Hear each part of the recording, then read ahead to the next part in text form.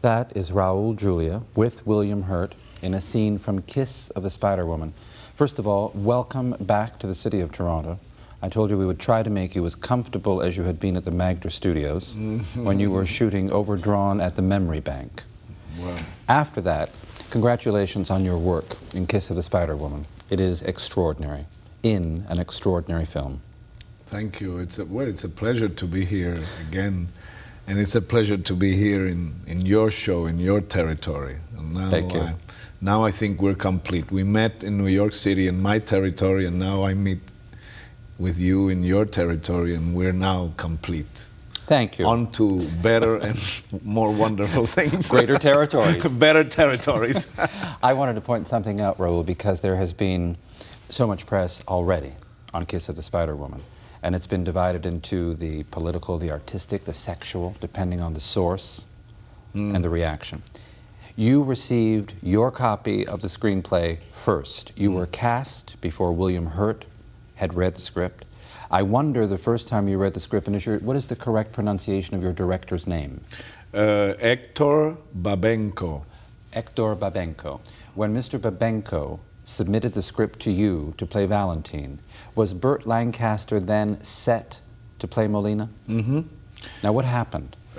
He had a mild heart attack, and he had to be hospitalized, so he had to bow out of the project, and that was it. And also Hector Babenco, the director, had a hard time getting financing for the film in Los Angeles, and it looked like, well, Burt was out because he was sick. There was no money, so it looked like that was it. We weren't going to do it. And Hector said, well, I guess I will do it in Brazil with Brazilian actors, and just with much less money I can do it there.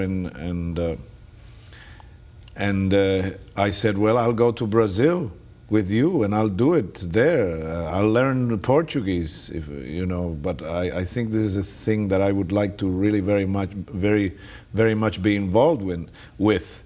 And then around that time, it's when we all thought about sending it to William Hurt. We have the same agents, the same agency, and we sent it. He was in London finishing with Gorky Park.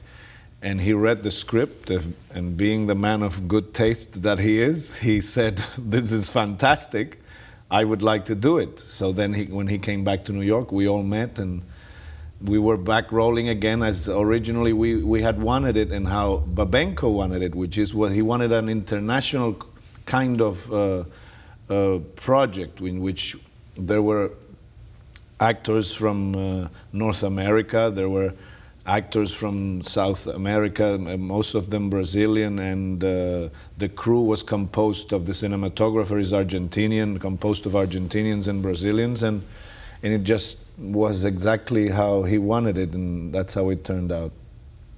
One of the extraordinary things about you, and I have heard stories about you behind your back from your fellow actors, whether they're Meryl Streep, James Earl Jones, Richard Dreyfuss, people you have worked with, Judith Ivey most recently, is your generosity and your sense of integrity. Your generosity and integrity were extended into the reality of the film being at the Cannes Film Festival and William Hurt being awarded Best Actor. And you said at the time, that's understandable. He has the flashier role. But what is unique about Bill Hurt, you said, was that his sense of integrity stopped him from misusing or abusing the fact that it was a flashier role. Mm-hmm. I thought that was extraordinary, since the two of you decided to go off and experiment, and you traded roles, did each other's scenes. They went back to Babenco one day and said, watch this. Yes.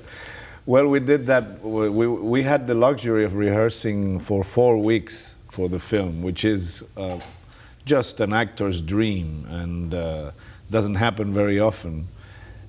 So during rehearsal one day we said, let's switch roles and see how it turns out, what we think, how it looks. As a matter of fact, I find that it's a very good technique for learning about your role when you have the other actor playing it. Especially if it's a two actor scene, which this movie is a lot about like that. And I learned, because then I'm not involved in the role. I'm watching my role being played by another actor who is playing the role that opposite me when I'm playing my role. So we learned a lot about our roles. I learned a lot about my role watching Bill playing my role, and he learned about his role watching me play it. And well, Bill, being the humble person that he is, he got paranoid, or he said, "Oh my God." And he went to Babenko, our director, and he said, "Did you see that? I think he should play Molina, and I should play Valentin." And for a short while, he was like, "I think we're making a mistake. It should be the other way around." But of course, when you see the film, there's no question that that's the way it should have been. Now tell me, could you have done that when you were doing Othello with Richard Dreyfuss? Yes, I think we could have done it. We didn't have the time because it was a limited run in Central Park, and it was a month run for 1 month, and we wouldn't have had the time to switch roles. But I think we could have done it, yeah. I love that. I think that's one of the things. I think that used to be done more in years ago, that actors switching roles. It was done with Beckett. With Beckett. In London and New York. In London and New York, Olivier and Anthony Quinn, yeah. And I like that. I like that. It's challenging. You really have to have your ego in the right place, though, because to see your co-worker was playing your role, you really have to be able to handle your ego and see, because there's the fear: is he going to do it better than me? Is he going to, how is he going to do it? Is he going to find things that I didn't find in that role? All that comes up, and you just have to allow that to be there and find that there's something beyond that, which is you being able to play the role that plays opposite you when you're playing the other role, and learning from the other actor when he's playing your role, and seeing the variety of things, this variety of role playing. And it's a great, I think it's a great lesson, and very challenging and fun, just a lot of fun. All right, on that we will take a commercial break, okay? Okay. Be right back with Raul, Julia, and more. Raul, Julia with William Hurt, Kiss of the Spider Woman. Watching you in that scene and sitting across from you now, I am reminded yet again that you do not, in Kiss of the Spider Woman, have the athletic, tennis-playing, robust physique you have in real life. But that has to do with the fact that you managed to lose 30 pounds in less than 4 months. Oh, yes. But not 30. your sense of humor, Raul. You said you realized in your research that there were no fat revolutionaries. That's right. No, I met people that had been in that kind of business, and I read books and in my research. The thing is that these people are totally dedicated to the cause, to serving the cause. So food is not, they don't discuss about, have you tried this new restaurant? Or, oh, there's a French restaurant that I read. These revolutionaries don't talk about things like that.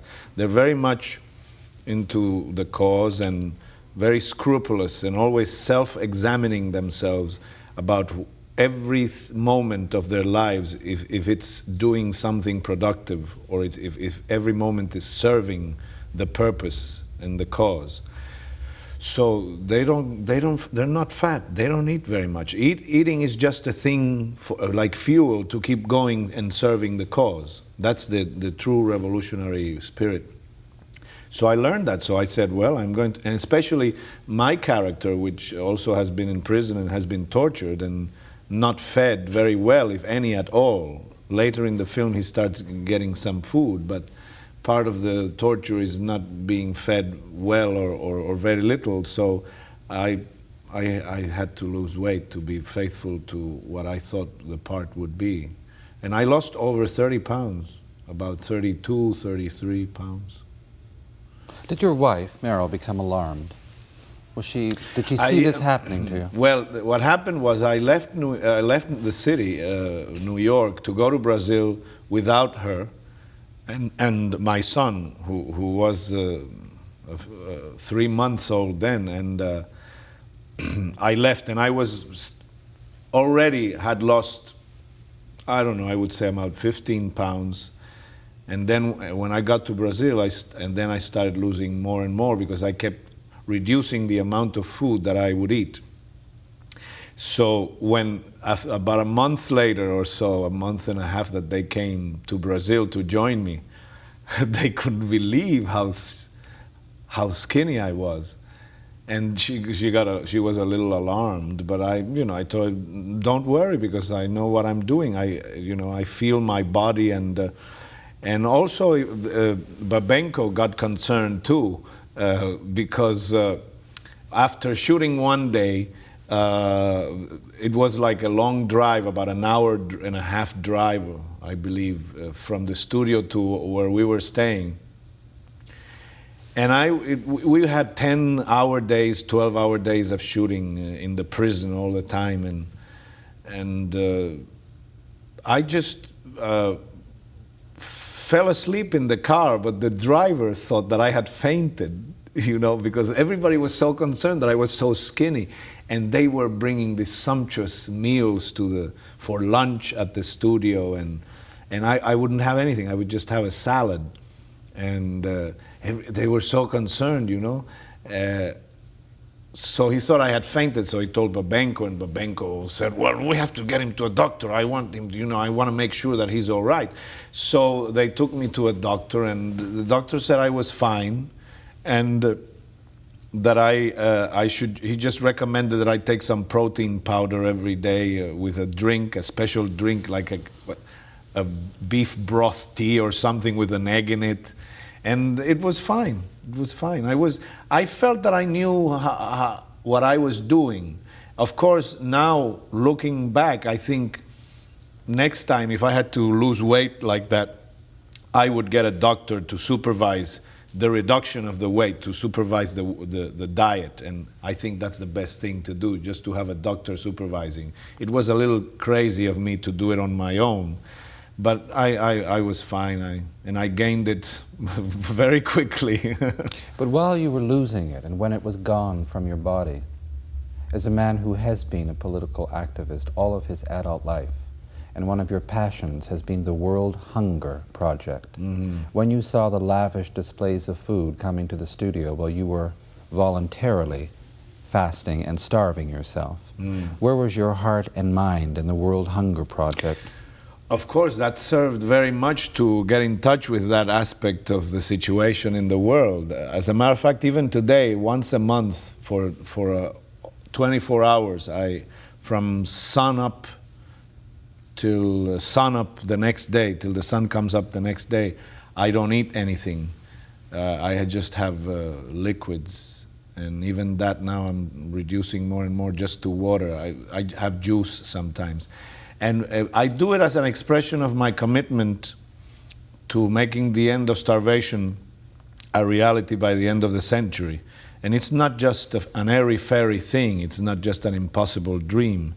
And people are realizing that more and more. All the experts agree that we have the technology and the means to end starvation by the end of the century, and all that is needed is the will of the people, the will of people like you and me, to first of all know that that's so, that we can end starvation in the planet by the end of the century, and then participate in whichever way you feel it's the best way that you can contribute to the end of starvation. But Raul, who works on the power of politics and gets the trucks and the people to get the food where it's going, as we now know, is not happening? Well, we do. You see, we contribute to making a change in that. We cannot leave it up to, we can't just say, look, the governments are not allowing the trucks to get through. They're not allowing the food to come in, so there's nothing I can do. That's precisely what keeps it there. There's no government, there's no individual in the world that is powerful enough to go against a critical mass of people that want something to get done. There's no way that there's no government in the world that will go against, or it might try to go against it, but they will never win against a critical mass of people that are saying, we want this to be done. We want this to be done because we want to end starvation. We want to end starvation in the planet. We want to end starvation in Africa, and you're going to do it. But you know, it's up to us to do that. If you were saying this right now on television in South Africa, the screen would have gone blank. I know, but I would have said it anyway. The screen would have gone blank. Well, the screen goes blank, and if I don't have other people behind me, the whole country will go blank. You see, but it's not just the Africans that need this, that have to get up and create the critical mass of people. It's up to us too, because it's our planet. It's not just that the Africans are over there and I'm here. It's affecting us right now, and it will affect us even more in the future. Those people are our people. They're human beings like we are. Not only that, even for selfish reasons, we need to clear that stuff in Africa. We really need to clear it up, because in a way we're responsible for what it happened, for making it happen in the first place, for whatever policy, government policies, supporting certain governments that weren't doing the correct job. All that is our responsibility. The world is getting smaller and smaller. It's no longer, oh, them over there and we over here. It's no longer you or I. It's you and I. We either make it together or we go together. So I think it's a very critical time in the planet, and that's what the Hunger Project is about. It's about creating the climate for those things to end and for the end of starvation to happen. Let us take another break and we'll come back, okay? Be right back with Raul Julia. Raul Julia is with us. Valentin says to Molina in Kiss of the Spider Woman, without power in this country, no man is a real man. And it's one of many haunting remarks the characters exchange. I think what is vital about Kiss of the Spider Woman is the political awareness of what the film is about, the freedoms, the prejudices, the recognition of other people's individuality. But finally, and most importantly, it's a love story about the ability and inability to love. And I think it contains one of the more extraordinary, tender, and discreet love scenes ever put on film. And it happens to occur between two men. What has it done to your private, personal definition of sexuality? Well, sexuality to me, I don't even define it. It's just there. I mean, and to me, it's a matter of taste and inclination. And to me, sexuality is, at best, is an expression of the love that you might have for someone else. It's part of the expression. There are many ways to express love, and one of them is within the context of sexuality. Also, sexuality is a need. It's an incredible need that we just happen to have. How do you say it with such a laugh? Because you're here without your wife? Yeah. What is this? Let me ask you something, though. Yes. I got you. I got you. I know you're alone. You're on the road.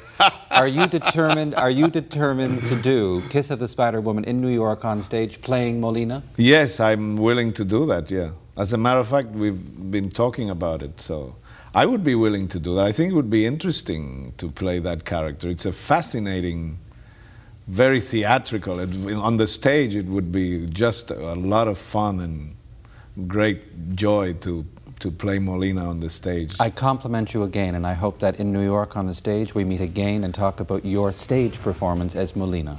Thank you very much. Thank you, Raul Julia. It's a pleasure to be here. Pleasure being with you. Thank you.